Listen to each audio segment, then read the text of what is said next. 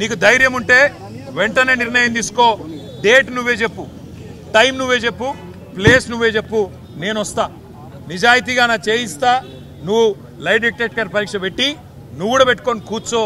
ఎవరు ఏందో రాష్ట్ర ప్రజలకు తేలుతుంది. సరే, ఈ కేసు విషయానికే వస్తే విచారణ జరుగుతూ ఉంది. ఇప్పుడే నేను చెప్పాను, విచారణకు ఇంకా ఎన్నిసార్లు రమ్మన్నా వస్తా. ఎన్ని ప్రశ్నలు అడిగినా సమాధానం చెప్తా. ఎన్ని రకాల పరీక్షలు పెట్టినా భరిస్తా. ఎందుకంటే నిజం నిజాయితీ అల్టిమేట్గా గెలుస్తుంది. న్యాయం ధర్మం గెలుస్తుంది. హైకోర్టులు ఉన్నాయి, సుప్రీంకోర్టులు ఉన్నాయి, లోకల్ కోర్ట్స్ ఉన్నాయి. న్యాయమూర్తుల మీద విశ్వాసం మాకుంది. ముమ్మాటికి ఈరోజు కాకపోతే ఇంకో 4 రోజులకు వాస్తవాలు ప్రజలకు తెలుస్తాయి. తప్పకుండా న్యాయం గెలుస్తుందనే విశ్వాసం నాకుంది.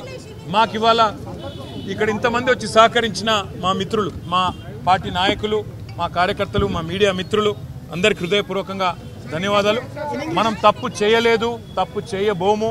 ఎట్టి పరిస్థితుల్లో ఇంత అరపైసా అవినీతి కూడా జరగలేదు.